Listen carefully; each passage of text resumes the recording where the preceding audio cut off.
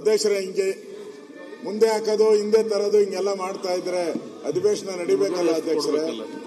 ಅಧಿವೇಶನ ನಡಿಬೇಕು, ಆ ಮರದ ಬಗ್ಗೆ ಚರ್ಚೆ ಆಗಬೇಕು, ಬಹಳ ಎಲ್ಲ ಪೂರಕ ವಿಚಾರಗಳು ಕಾರ್ಯಕಲಾಪಗಳ ಪಟ್ಟಿ 3 ಅರ್ಜಿಗಳನ್ನು ಒಪ್ಪಿಸುವುದು.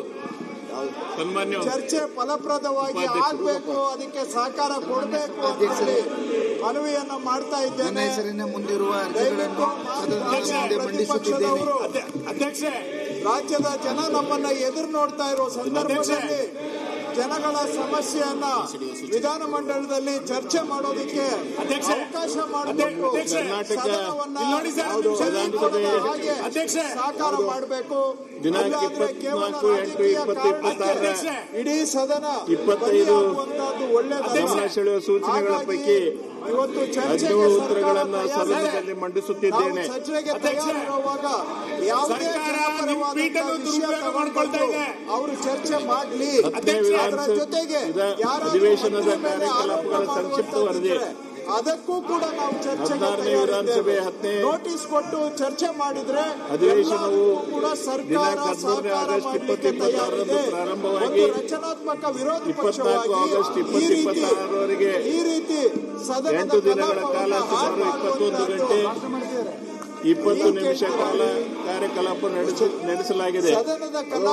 ಇತ್ತೀಚೆಗೆ ನಿಧನ ಹೊಂದಿದ ಗಣ್ಯರಿಗೆ ಸಂತಾಪ ಸೂಚನಾ ನಿರ್ಣಯವನ್ನು ಮಂಡಿಸಿ ಅಂಗೀಕರಿಸಲಾಗಿದೆ.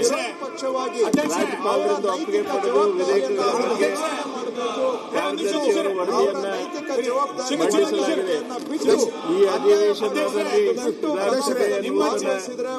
ಸಭಾಧ್ಯಕ್ಷರಾಗಿ ರಾಜೀನಾಮೆ ಕೇಳ್ತಾ ಇದ್ದೀವಿ. ನೋಡಿದ್ರೆ ಸಭಾಧ್ಯಕ್ಷರೇ ರಾಜೀನಾಮೆ ಕೊಡೋ ಸ್ಥಿತಿಗೆ ಬಂದ್ಬಿಟ್ಟಿದೆ. ಈಗ ಆ ರೀತಿ ಸದನ ನಡೀತಾ ಇದೆ. ನೂತನ ಉಪಾಧ್ಯಕ್ಷರಾಗಿ ಶ್ರೀ ರಾಜೇಂದ್ರ ರಾಜೀನಾಮೆ ನೋಡಿದ್ರೆ ಸಭಾಧ್ಯಕ್ಷರೇ ರಾಜೀನಾಮೆ ಕೊಡೋ ಸ್ಥಿತಿಗೆ ತಂದ್ಬಿಟ್ಟಿದ್ದೀರಾ. ಅಷ್ಟು ಒತ್ತಡ ಇದೆ. ಬಹಳ ಸರಿಯಾಗಿ ನಡೆಸಬೇಕಾಗಿತ್ತು. ಆದ್ರೆ ಇವತ್ತು ಒಬ್ಬ ನಾಗೇಂದ್ರ ಇವತ್ತು 1 ಕೋಟಿಗೂ ಹೆಚ್ಚು ಇರ್ತಕ್ಕಂಥ ದಲಿತರು, ಆ ದಲಿತರು ಕಾಯ್ತಾ ಇದ್ದಾರೆ. 187 ಕೋಟಿ ನಮ್ಮ ಅಕೌಂಟ್ಗೆ ಬರ್ತದೆ. ನಾವು ಅದನ್ನ ಉಪಯೋಗ ಮಾಡಬೇಕು, ವಿದ್ಯಾಭ್ಯಾಸ ಮಾಡಬೇಕು, ಅದರ ಉಪಯೋಗ ಆಗಬೇಕು ಅಂತ. ಆದ್ರೆ ಇವತ್ತು ಸರ್ಕಾರ ಹಠ, ದುರ್ಯೋಧನ ಯಾವ ರೀತಿ ಹಠ ಹಿಡಿದು ಈ ಸರ್ಕಾರ ಸರ್ವನಾಶ ಆಗೋಗ್ತದೆ. ಈ ಸರ್ಕಾರ ಉಳಿಯಲ್ಲ. ಒಬ್ಬ ನಾಗೇಂದ್ರಗೋಸ್ಕರ ಇಡೀ ಸದನವನ್ನು ಹಾಳು ಮಾಡ್ತಾ ಇದ್ದಾರೆ ಅಂದ್ರೆ ರೂಲಿಂಗ್ ಪಾರ್ಟಿಯ ಕರ್ತವ್ಯ ಅದು. ರೂಲಿಂಗ್ ಪಾರ್ಟಿ ಕರ್ತವ್ಯ ಸದನ ನಡೆಸೋದು ರೂಲಿಂಗ್ ಪಾರ್ಟಿ ಕರ್ತವ್ಯ. ಆ ಕರ್ತವ್ಯದ ಮಾಡಕ್ಕೆ ಸರ್ಕಾರ ಯೋಗ್ಯತೆ ಇಲ್ಲ. ಆ ಯೋಗ್ಯತೆಯನ್ನ ಸರ್ಕಾರ ಕಳ್ಕೊಂಡಿದೆ. ಇಂಥ ಕೆಟ್ಟ ಸರ್ಕಾರ ಯಾವತ್ತೂ ನಾವು ನೋಡಕ್ ಸಾಧ್ಯನೇ ಇಲ್ಲ. ಅಷ್ಟು ಕೆಟ್ಟ ರೀತಿಯಾದಂತಹ ನಡವಳಿಕೆಯನ್ನ ಈ ಸರ್ಕಾರ ಮಾಡ್ತಾ ಇದೆ. ಅಧ್ಯಕ್ಷರೇ, ಇದು ಒಳ್ಳೆಯದಲ್ಲ. ವಿಧಾನಸಭೆ ವಿವಿಧ ಸ್ಥಾಯಿ ಸಮಿತಿಗಳಿಗೆ ವರದಿಗಳನ್ನು ಬಿಲ್ಗಳನ್ನ ಮನ್ನಣೆ ಮಾಡಬೇಕಾಯ್ತು. ನಮಗೆ ಚರ್ಚೆ ಮಾಡಕ್ ಅವಕಾಶ ಕೊಡಬೇಕಾಯ್ತು. ಬೆಂಗಳೂರಲ್ಲಿ ಇರ್ತಕ್ಕಂಥ ಪಾರ್ಕ್ಗಳು, ಕರ್ನಾಟಕದಲ್ಲಿರೋ ಪಾರ್ಕ್ಗಳು ಲೂಟಿ ಮಾಡ್ತಾ ಇದ್ದಾರೆ. ಇವತ್ತು ಫೈನಾನ್ಸ್ ಬಿಲ್ ಬಂತು. ಫೈನಾನ್ಸ್ ಬಿಲ್ ಸಂವಿಧಾನ ಪ್ರಕಾರ ಚರ್ಚೆ ಆಗಬೇಕು. ಫೈನಾನ್ಸ್ ಬಿಲ್ ಆದ್ರೆ ಅದನ್ನು ಚರ್ಚೆ ಮಾಡಿಲ್ಲ. ಇವತ್ತು ನೀವು ನಮಗೆ ನ್ಯಾಯ ಕೊಡ್ತೀರಾ? ಸಭಾಧ್ಯಕ್ಷರು ಹೊಸಬರಿದ್ದಾರೆ. ತೂಕದ ಮನುಷ್ಯ, ಬಹಳ ತಾಳ್ಮೆಯ ಮನುಷ್ಯ, ಹಿರಿಯ ಮತ್ಸದಿ, ಇಷ್ಟೆಲ್ಲ ನಾವು ತಿಳ್ಕೊಂಡಿದ್ದೀರಿ. ನಿಮ್ಮಿಂದ ನ್ಯಾಯ ಸಿಗುತ್ತೆ ಅಂತ. ನಿಮ್ಮಿಂದ ನಮಗೆ ನ್ಯಾಯ ಸಿಕ್ಕಿಲ್ಲ. ನಿಮ್ಮಿಂದ ನಮಗೆ ನ್ಯಾಯ ಸಿಕ್ಕಿಲ್ಲ. ನಾವು ನ್ಯಾಯಕ್ಕೋಸ್ಕರ ರಾಜ್ಯಪಾಲರ ಬಾಗಲನ್ನು ನಾವು ತಟ್ತೀರಿ, ರಾಜಭವನಕ್ಕೆ ಹೋಗ್ತೀರಿ. ಅಲ್ಲಾದ್ರೂ ನಮಗೆ ನ್ಯಾಯ ಸಿಗಬೇಕು. ಒಬ್ಬ ನಾಗೇಂದ್ರಗೋಸ್ಕರ ಕಳೆದ 30-40 ವರ್ಷದ ಇತಿಹಾಸದಲ್ಲಿ 30-40 ವರ್ಷದ ಇತಿಹಾಸ ವಿಧಾನಸಭಾ ಅಧಿವೇಶನದಲ್ಲಿ ಒಂದೇ ಸಬ್ಜೆಕ್ಟ್ ಮೇಲೆ ಇವತ್ತು ಚರ್ಚೆ ಆಗಿ ಅದನ್ನ ಒಂದು ರೀತಿ ತಾರ್ಕಿಕ ಅಂತ್ಯಕ್ಕೆ ತಗೊಂಡೋಗುವಂತ ಕೆಲಸವನ್ನ ನಾವೆಲ್ಲ ಬಿಜೆಪಿ ಮತ್ತು ಜೆಡಿಎಸ್ ಎಲ್ಲ ನಾಯಕರು ನಾವು ಮಾಡಿದ್ದೀರಿ. ಆದ್ರೆ ಸರ್ಕಾರ ಒಬ್ಬರಿಗೋಸ್ಕರ ಹಿಂದೆ ಈಶ್ವರಪ್ಪ ಘಟನೆ ಆದಾಗ ಆತ್ಮಹತ್ಯೆ ಮಾಡಿಕೊಂಡಾಗ ಈಶ್ವರಪ್ಪ ಹೆಸರಲ್ಲಿ ಅವತ್ತು ರಾಜೀನಾಮೆಯನ್ನ ಕೊಟ್ಟರು. ರಾಜೀನಾಮೆ ಕೊಟ್ಟರು ಈಶ್ವರಪ್ಪನವರು. ಅವ್ರನ್ನ ವಾಪಸ್ ತಗೊಳ್ಳಿಲ್ಲ. ಆದ್ರೆ ನಾಗೇಂದ್ರ ಅವ್ರನ್ನ ವಾಪಸ್ ತಗೊಂಡು ಅವತ್ತು ಯಾವ ಆಪಾದನೆ ಸಿದ್ದರಾಮಯ್ಯನವರು ಹೇಳಿದ್ರು 89 ಕೋಟಿ ಆಗಿರೋ ಡ್ಯೂಟಿ ನಿಜ ಅಂತ ಹೇಳಿದ್ರು.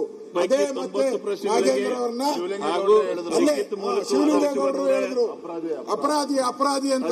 ನ್ಯೂಸ್ 18 ನಲ್ಲಿ ಶಿವಲಿಂಗೇಗೌಡರು ಅವ್ರ ಅಪರಾಧಿ ಅಂತ ಹೇಳ್ತಾ ಇದ್ರು. ಅಂತವ್ರನ್ನ ಇವತ್ತು ಮತ್ತೆ ಸದನಕ್ಕೆ ಬಂದು ಕೂತು ಇವತ್ತು 357 187 ಕೋಟಿ ಬರ್ತೈತೆ ಅಂತ ಆಸೆ ಇಟ್ಟುಕೊಂಡಂತ ಆ ದಲಿತರಿಗೆ ಇವತ್ತು ಕಣ್ಣೀರು ಸುರಿಸೋ ರೀತಿ ಮಾಡಿದ್ದಾರೆ. ಆ ದಲಿತರಿಗೆ ನ್ಯಾಯ ಸಿಗುತ್ತೆ ಅನ್ನೋ ಭರವಸೆ ಇತ್ತು ನಮಗೆ ಈ ಸದನದಲ್ಲಿ. ಆ 187 ಕೋಟಿ ಬರ್ತೈತೆ, ಆ ದಲಿತರಿಗೆ ಹೋಗ್ತೈತೆ ವಾಪಸ್ಸು ಅಂತ ನಾವು ಆಸೆ ಪಟ್ಟಿದ್ರಿ. ಅದಕ್ಕೆಲ್ಲ ತಣ್ಣೀರನ್ನೇ ಹರಿಸ್ಬಿಟ್ರು ಇವತ್ತು ನೀವು. ಇಂಥ ಒಂದು ಘಟನೆ ಕರ್ನಾಟಕದ ಇತಿಹಾಸದಲ್ಲಿ ಯಾವತ್ತೂ ಆಗಿಲ್ಲ. ಚರ್ಚೆಯಾಗಿದೆ, ಬಹಳಷ್ಟು ಹೋರಾಟಗಳಾಗಿದೆ. ಮಂತ್ರಿಗಳ ಮೇಲೆ ಅಲಿಗೇಷನ್ ಬಂದಾಗ ಕೂಡಲೇ ಸರ್ಕಾರ ಸ್ಪಂದನೆ ಮಾಡಿದೆ. ಸ್ಪಂದನೆ ಮಾಡದೇ ಇರೋ ಒಂದೇ ಒಂದು ಸರ್ಕಾರ ಅದು ಡಿ.ಕೆ. ಶಿವಕುಮಾರ್ ಸರ್ಕಾರ.